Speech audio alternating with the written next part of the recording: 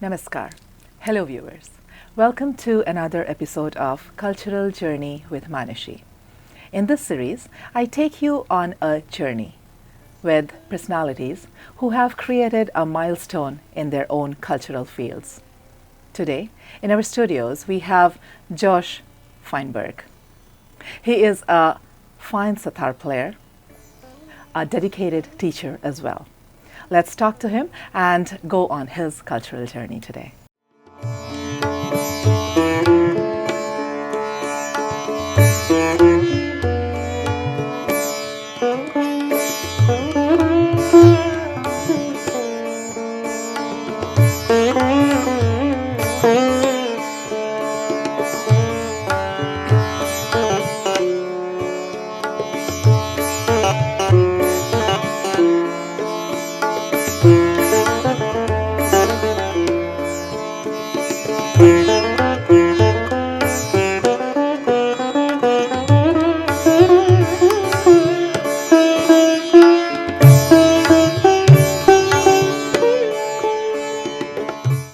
Namaskar, Josh. Namaskar. Welcome to our studios. Thank you so much for having me.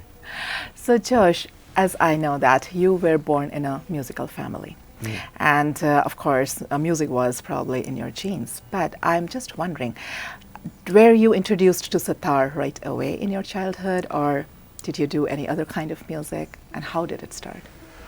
Well, both of my parents learned music and played music. My mother studied classical guitar, and my father, when he was young, played trumpet, not in their adult life, but when they were kids. And but music and education was very important to them.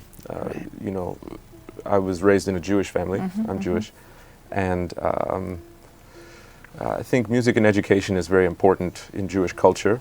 And many Western classical musicians are from Jewish backgrounds, and that kind of shows our proclivity towards music and how much it's prioritized. And my father especially was, or is, I should say, is a very passionate listener of Western classical music. Right. I remember in our house he had a turntable and these shelves that were just packed full of LPs. LPs, right? Probably 5,000 LPs. Oh, wow. And he used to put them on, and he would just sing along. He would know these entire 45-minute symphonies, Wow. and he could just sing them. And we would be in the car, he'd put on the classical music station, and he could just sing along with any piece that came on the radio. So I probably got my my love and interest in music from him.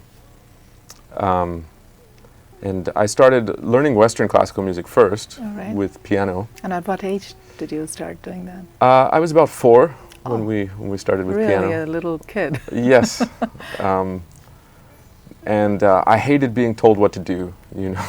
I didn't learn how to read music until much later, so my teachers kind of gave up on me with reading music, and they would teach me Mozart and Beethoven by ear. Right. And even then, I was more interested in making my own music. Right. I remember when I was very young, I made theme and variations on Twinkle, Twinkle, Little Star, you know, because I was such a little kid. And I enjoyed the challenge of Western classical music, but I didn't like being boxed in, at least at that age. Right. So when you say boxed in, so if our viewers, if they don't know, what is the difference between the Western classical music and then you're saying Indian classical music and the improvisation part of it, as I can hear. So Yes. what made you go towards sitar? Was the improvisation part of it, or just like how did it start, sitar? Yeah, that's a good question. So I was very interested in improvisation and finding my own expression. And so I started learning jazz. And I got very interested in jazz. And through that, I found Hindustani music. And to me, when I first heard the music of Pandit Nikhil Banerjee, Ustad Ali Akbar Khan Sahab, and these wonderful musicians, it was like I was coming home. Like there was something cathartic about hearing it. It was the music that I always was looking for. Mm-hmm. It had the discipline and the refined aspects of Western classical music with the improvisation and the spontaneity of jazz, and on top of that, the depth and the spiritualism. To me, this is one of the world's great musical traditions, and it. Of course, I'm biased because it's the music that I love and I play, but I think it's the epitome of what humanity can be. Everything we are as people is in this music. Yes. So how did you start sitar? Who got you introduced to sitar? I'm really curious. So a fantastic jazz drummer by the name of Dan Weiss introduced me to Indian classical music, Hindustani music, and he started teaching me some of the rhythmic aspects of it. He learns tabla, and I actually bought a sitar when I was 15, and I called up a gentleman in New York to learn how to play. But at that age, it was so overwhelming to do something so outside of the world that I had known, and I got a little self-conscious, and I said, no, I'll just play bass. Right. But the call was so strong that a few years later I got another instrument, and I found some wonderful teachers. That at that time I was in Boston, right. And from the moment I got that sitar, I was in it full force. I stopped playing bass almost altogether, and this is all I did every day. So when you mentioned about your teachers or gurus, please talk to us about your gurus, because I know you are very fortunate to have actually learned from great gurus. So. I'm very fortunate. So I have to mention first my jazz teachers, who were in many ways my first gurus. Of course. Bob Bowen, who I learned with for almost a decade. He died a few years ago, unfortunately, very young. But he really taught me how to be a musician, and how to behave as a musician, how to learn as a musician, how to study, how to practice. So he really taught me how to be. So I owe a lot of my whatever I have with music to him. My gurus in Hindustani music, I learned with Sri Warren Sanders for a number of years with Khayal vocal, and his partner Vijaya Sundaram. Right. She was my first sitar teacher. I didn't study with her very long, but she was my first sitar guru. And then I learned with Dr. Peter Rowe. Right. I learned with many people. Right, I can see, yes. So I learned with Dr. Peter Rowe, who was a disciple of Pandit Gokul Nag. And then I was also learning with Dr. George Ruckert, who is a senior disciple of Ustad Ali Akbar Khan Sahab. Right. And Dr. Ruckert was the one who introduced me to Ali Akbar Khan Sahab, who I had the great pleasure of spending some time with and learning from until his death in 2009. Right. And Shapun Chaudhary, Pandit Shapun Chaudhary and Pandit Anindo Chatterjee, when I was going through your bio, I saw those names there. They took pity on me, and they were like, "Oh, this is this boy. He's trying. We'll give him a little crumb." That's funny. But actually, did you learn tabla there then? Because they are tabla players, right? Anindoda has had a school in Seattle, right. And he would teach classes to anybody who would come. And so I took a few of his workshops, and they were big public things. It wasn't like one-on-one. And I wouldn't consider myself a tabla player. I accompany my students when I'm teaching. So that way, Ali Akbar Khan Sahab, he is a sarod player. He was a sarod player, and he taught you how did that happen? Because you are playing sitar. I know sitar has frets. Sarod doesn't have. They are two different instruments, though they are string instruments, but they do have a difference. So I'm just wondering how did that go? How did he teach you? Yeah, at the time that I was learning with Khan Sahab, he was quite old, and he actually was on dialysis, so he couldn't hold the instrument. Okay. So he taught us by singing.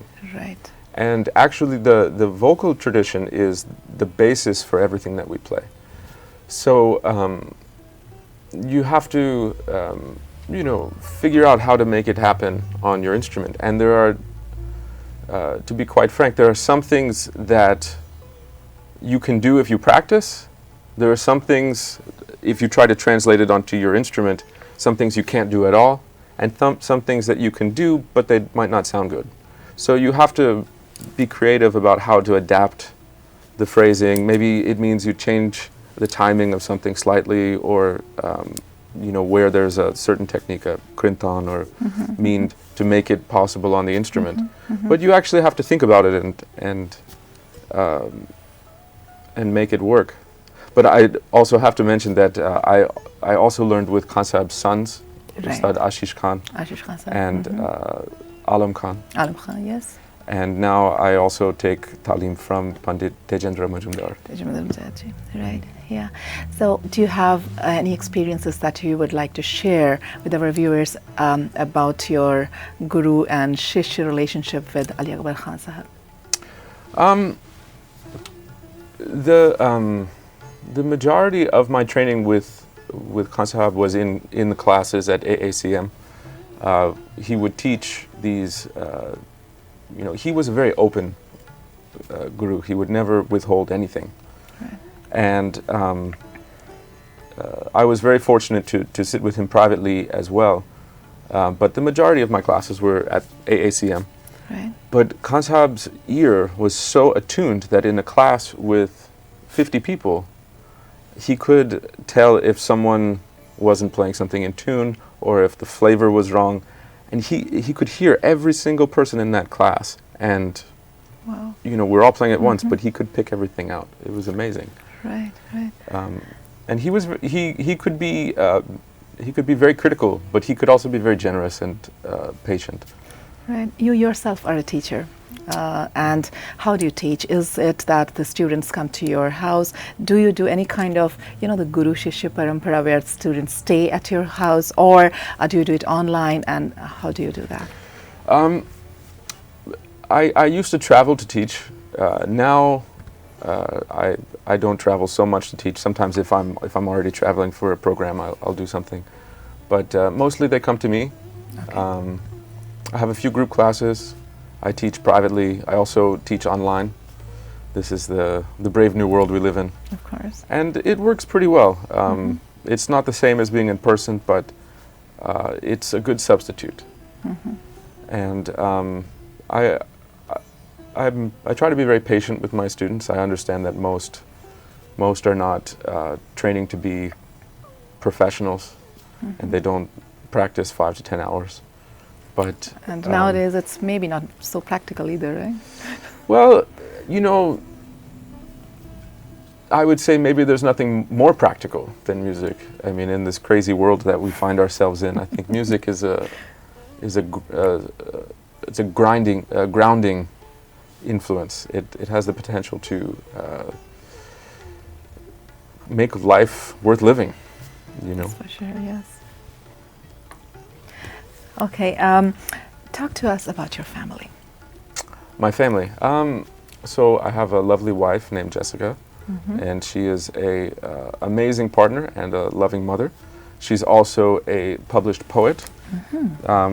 She's actually published in India. Oh, okay. We were living there. I was on a Fulbright scholarship in 2006, I believe, and she was published in I think it was the Calcutta Times. Right. Or the Statesman, I can't remember. And she's an amazing poet and an amazing partner, very supportive. And I have 2 kids, Sophia and Noah. Sophia is 7, Noah is 4. Right. And they're into music too? They want to learn sitar too, like Daddy? They want to, but I'm not going to force them. I want them to choose it. Of course. And music is quite hard. Oftentimes people, and kids especially, they see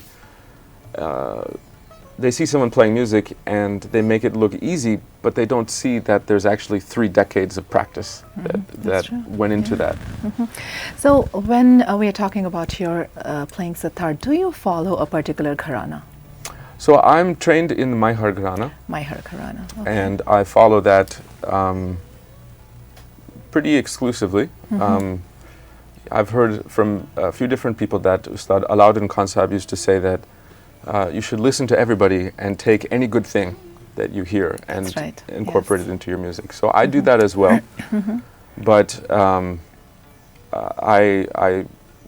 am trained in the Maihar Gharana, and I try to bring other influences into our tradition, not so much as take what I'm doing and go out into Right. other traditions.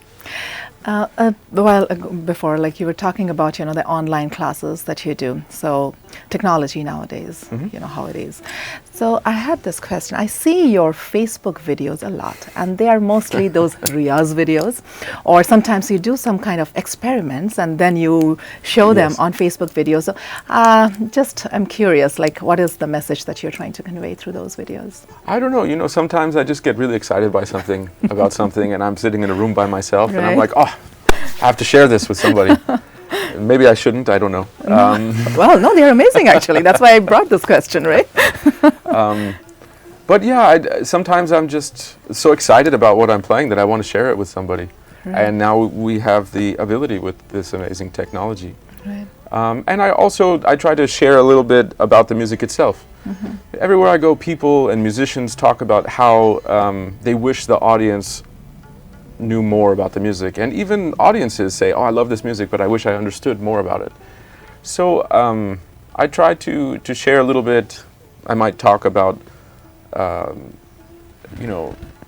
some of the intricacies of the sitar or of ornamentation, or just trying to spread awareness about the music. I remember you had done one show, a Facebook live show where you did some different types of mead and gamak kind of things, and it was pretty interesting. Oh, thanks very much. Yeah, this is a huge topic, and I think the more we share and the more we explain, the better it is for everybody. We can all benefit from it. So you have been traveling all over the world to perform. You have, of course, gone to India and performed.